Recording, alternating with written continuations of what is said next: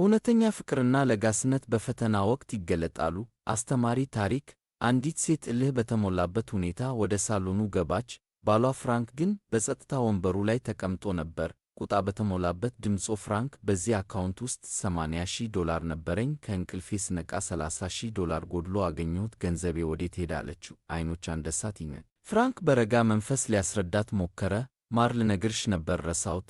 ዛሬ ጠዋት ከሆስፒታል ተደውሎልኝ ነበር። አባቴ አስቸኳይ ቀዶ ጥገና ማድረግ እንደሚኖርበት ነገሩን። ለዚህም $30,000 ወጪ አድርጌያለሁ። ልቀሰቅስሽ አልፈለግሁም ነበር አላት።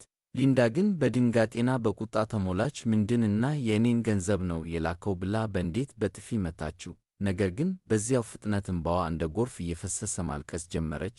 ልመታ አስቤ አልነበረም፣ ግን ለምን ገንዘቤን ለሞኝ አባትህ ታጠፋለህ? ዛሬ እኮ የመኪናዬን ዕዳ መክፈል ነበረኝ። ድምፆም በንዴትና በራስ ወዳድነት የተሞላና የገንዘቧ መጎደል ከማንም ሕይወት የበለጠ የሚያሳስባት ይመስል ነበር።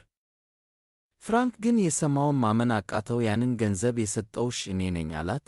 ሊንዳ ግን ልትሰማው አልፈለገችም። በንቀት ፈገግ ብላ አይመለከተኝም፣ ወንድሞችንና እህቶችን መጠየቅ ነበረብህ አሁኑኑ መልሰው ብላ በቁጣ አዘዘችው።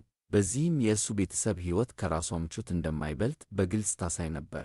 በዚያን ቅጽበት የስልኳ ጥሪ ድባቡን ሰበረው። እህቷ ነበረች። ሊንዳም ስልኩን አንስታ ወደ ጆሮዋ አቀረበችው። እህቷም ሊንዳ፣ ቀደም ብዬ ልደርስብሽ አልቻልኩም። አባዬ አሁን ሆስፒታል ውስጥ ቀዶ ጥገና ላይ ነው አለቻት።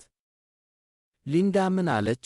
በፍርሃትና በጭንቀት በመጮህ መለስ ብላም፣ ታዲያ አሁን ደህና ነው? ለሕክምና ስንት ያስፈልጋል አለች። የአባቷ ሕይወት በእውነትም አስጨንቋት ነበር። እህቷም መለሰችላት፣ እንደ ዕድል ሆኖ ባልሽ ፍራንክ $30,000 ለቀዶ ጥገናው ከፍሏል። ባይሆን ኖሮ አባዬ በሞት ይለየን ነበር። አሁን ቶሎ ነይ አለቻት። በዚህ ጊዜ የሊንዳ ፊት በቅጽበት ገረጣ። የሰማችው ነገር አናወጣት። ልቧ ምቱን ጨመረ። ወደ ባሏ ዞራም፣ ማር፣ አሁን እውነቱን አወኩ። የአባቴ እንደሆነ ለምን አልነገርከኝም? ገንዘቡ አያስፈልገኝም አሁን አለችው። ቃላቶቿ ባዶና ከንቱ ይመስሉ ነበር። ፍራንክ በእርጋታ ፈገግ እያለ እንዲህ አላት፣ ዋው፣ እውነተኛ ባሕሪሽን ስላሳይሽኝ አመሰግናለሁ። የአባቴ ሕይወት ምንም ማለት አይደለም፣ ግን ለራስሽ አባት ማንኛውንም ነገር ትሰጫለሽ። ከአንቺ ጋር ምንም ግንኙነት አልፈልግም፣ ደህና ሁኒ ብሎ ዞር አለ። በዚያች ቅጽበት በእነሱ መካከል የነበረው ፍቅር ሙሉ በሙሉ እንደሞተ ተሰማው። ከአንድ ወገን ብቻ የሚሠራ ፍቅር አይደል። እውነተኛ ፍቅርና ለጋስነት በፈተና ወቅት ይገለጣሉ።